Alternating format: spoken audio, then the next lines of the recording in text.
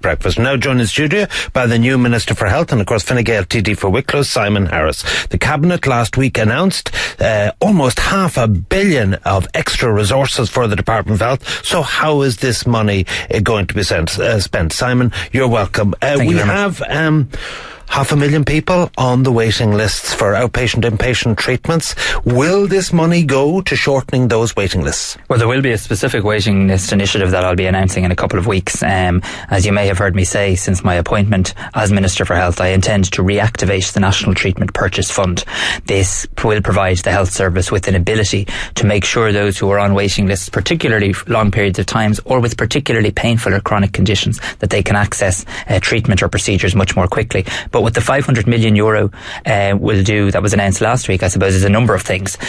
Firstly, it will do 4 specific things. It will enable me to fund a winter initiative. We know that each and every winter our emergency departments come under more pressure. It will enable me to put more money into our accident and emergencies for the winter, open more beds, provide more staff. It will enable me to make sure that there are more home help packages, home care packages this year than last year.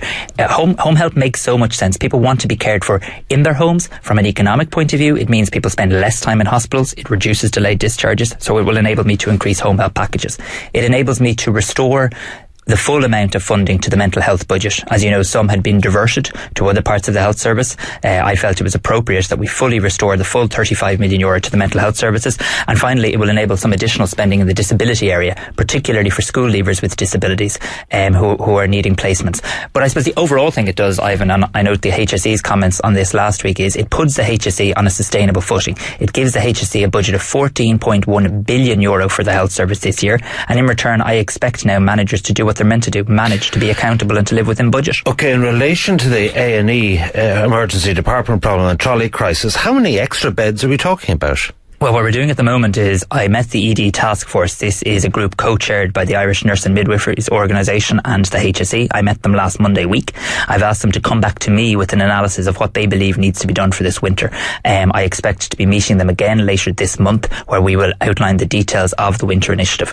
But I'm also initiating a bed capacity review to find out exactly where we need more capacity, but not just in our acute hospital, because the answer to every problem can't be the acute hospital. We've got to look at beds in the community. We've got to look at respite care. So we need a capacity review of both primary, social and acute care, and I expect that to be on the way very shortly. Now, could you clarify, you know Fine Gael got itself into a frightful mess over universal health insurance, and then there was the latter proposal for 7 hospital trusts. Yes. Do I take it that all the structural reform agenda is now put on hold pending this 10-year all-party approach? I think that is a fair assessment, and I'll tell you why. We don't have a consensus in the Oireachtas in terms of the future direction of the Irish Public Health Service, and we need one, because what people have said to me very clearly, people working in the health service, people working with patients in the health service, they've said, we're not fed up of reform, but what we're fed up with is Minister X arrives in the Department of Health and tweaks the health service a little bit this way, then he or she goes off in 2 or 3 years and the next minister comes in and pulls it in this direction. We actually need to have a vision for the next 10 and years. Set up 7 area trusts. Yeah. Is that on or off? No, the 7 hospital groups already exist. They already exist. They have hospital CEOs. They'll continue to operate. What I'm saying very clearly is that I don't intend to initiate any further structural reform. I have very strong views on this. I think the HSE is too bureaucratic. I think it should be dismantled. But that's my view.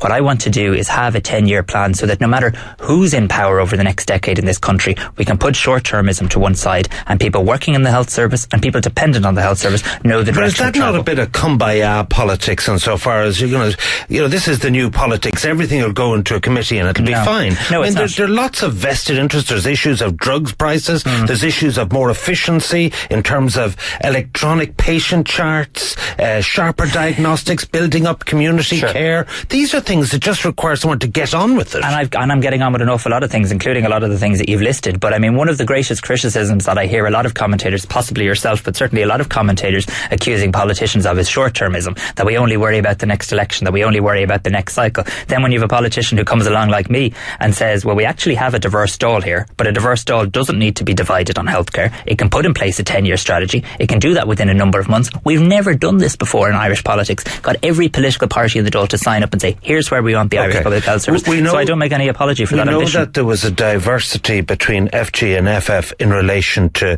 free GP care. The Fine Gael plan and Labour plan was universal GP access. And where do we stand now with the specific proposal of everyone under 12 will get free GP care? Is that going to happen? And yes. If so, when? It's going to happen, and it's budgeted in the budget that I've inherited, the current budget. It's due to happen this year. But let me Despite the fact that GP contract is not agreed. Well, that was the next point I wanted to make. The programme for government makes a very clear commitment to extend free GP care in the lifetime of this government to all children under the age of 18. We cannot do that without a new GP contract. I actually think it's rather worrying that we haven't had a brand new GP contract in 44 years in this country.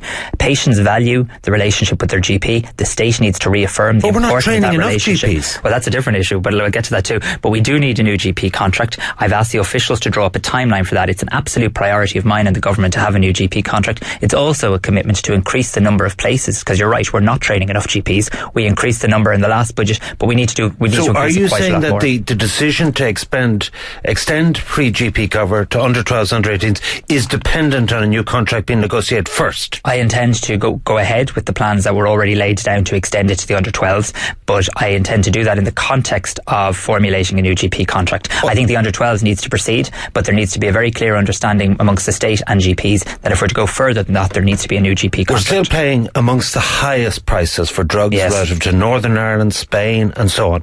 Now, the present agreement, IFA agreement, has expired. Yes. What are you going to do about that? Well, I've already taken action. Within my first 2 weeks in office, I went to Cabinet and informed the Cabinet that the HSE intends to use new powers given to it by the last Oireachtas, which had cross-party support, to set the reimbursement price if the negotiations do not come up with the appropriate saving that we need to achieve. You're right, we're continuing to pay way too much on drugs. I think the HSE spent about €1.7 billion last year on drugs alone. If we're to manage to do what our patients want us to do, which is provide new drugs, high-tech drugs, and we've seen a lot of this in the media recently, we've got to create headroom within the budget. How do you do that? You do it by driving down prices and making sure that the Irish taxpayers get value. Beyond the rhetoric, what are you actually going to do? Well, it's not rhetoric, it's very clear. What I've already told you is that the Cabinet has already been informed that the HSE is going to set the reimbursement price. So if we have a scenario whereby we are not satisfied, and we're currently not satisfied with what is on offer from the drugs, when will they start to do that? They've already started to do that. They've issued letters. The 28-day period. They've given 28-day period. Say if an asthma inhaler, expires next Friday. HSE will set the price for that.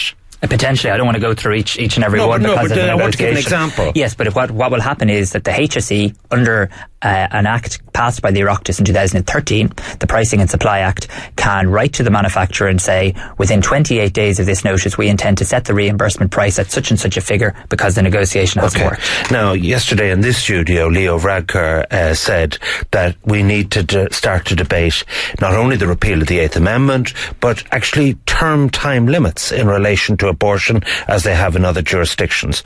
You are the line minister responsible for this area. Yes. We have last week's condemnation as inhuman by the UNHCR in relation to our treatment vis-a-vis fetal abnormalities. What are you going to do? Well, I am the line minister for it, and I do believe the current situation is utterly unacceptable. I read the UN views. You couldn't but be extraordinarily upset, but upset won't help people who find themselves in this situation. What we've said we're going to do very clearly is set up a citizens' assembly. The citizens' assembly cannot and should not be seen as any sort of stalling tactic, as I read. That's exactly what it is. No, it isn't. It isn't. It shouldn't be, and it won't be, because we've said... It's not even going to comprise experts. Well, obstetricians or clinicians. Let's have a look at it. Within 6 months of this government coming to office, which is around October, we've given a commitment that a citizens' assembly is in place. I've said very clearly, and I'm very pleased that Taoiseach has also now said, that this issue of the 8th Amendment should be the first issue that this citizens' assembly should look at. If we're to bring about change, and I want to see change in this area, particularly in relation to fetal abnormalities, I can't bring about the change. Only the Irish people can through a constitutional referendum. We need to try and have an informed public discussion so there's a chance of that referendum actually arriving at a certain destination. So I believe the citizens' assembly is the appropriate appropriate forum. I don't believe we should stall on this or drag our heels on this. The current situation is utterly unacceptable. Anybody who reads the UN views cannot help but be extraordinarily moved. We've got to sort this out, but we've got to sort it out in a structured manner that actually leads to a certain outcome. So you, as the Minister for Health, if the 8th Amendment was repealed, what legislation do you favour on abortion? Well, you see, that is the question that I can't answer right now. And you won't answer? No, I can't. Well, let me tell you this. I think the current situation in relation to fatal fetal abnormalities is utterly unacceptable. When the last government looked at protection of life during pregnancy, an issue that had been neglected by generations of politicians of successive governments, we sought advice. Can you include fatal fetal abnormality in this legislation? The legal advice was no. It's a constitutional matter. But what we need to do is exactly what we did with the protection of life during pregnancy bill. We need to hear from the experts. We need to hear from the people responsible for delivering thousands and tens of thousands of babies every year. Anyway, we need to hear from the contentious, difficult decision. No, I'm telling you this very clearly. This government will address the issue, and we will address the issue through setting up a citizens' assembly whose recommendations will go back to the Oireachtas.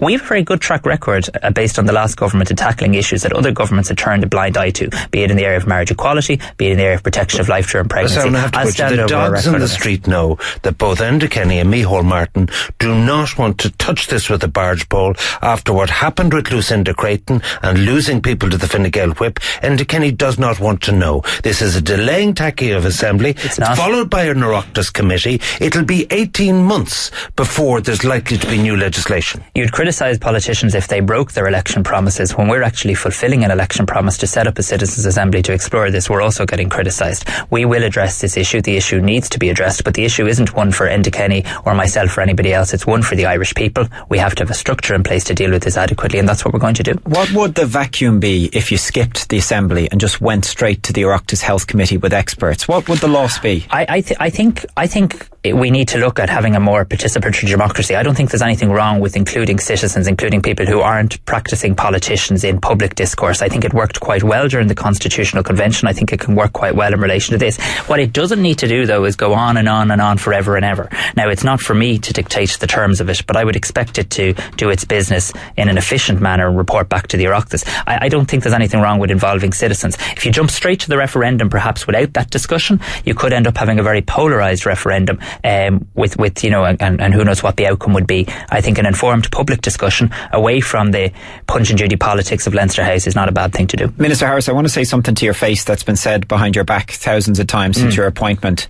You're a 29-year-old with a journalism degree. What do you know about health and being Minister for Health? What do you say to those people? Well, what I say to those people is that I come to the Department of Health with no vested interests or no baggage other than the interests of patients. I think the ageism that we sometimes talk about in this country is kind of pathetic, actually. I think we're kind of out of step with the European average. Nobody brings in older ministers and says, we're about to have the oldest minister in the state on radio here, let's all get excited. But anytime I come into a radio studio, there's great excitement about my age. We have a very young population in this country. We've our right to have our views and our voices heard within government, and I take that responsibility seriously, and I want to be judged on my record and my ability to do the job. I'm not one of those politicians who's going to go around bemoaning the fact that I'm Minister for Health. I'm really excited about it.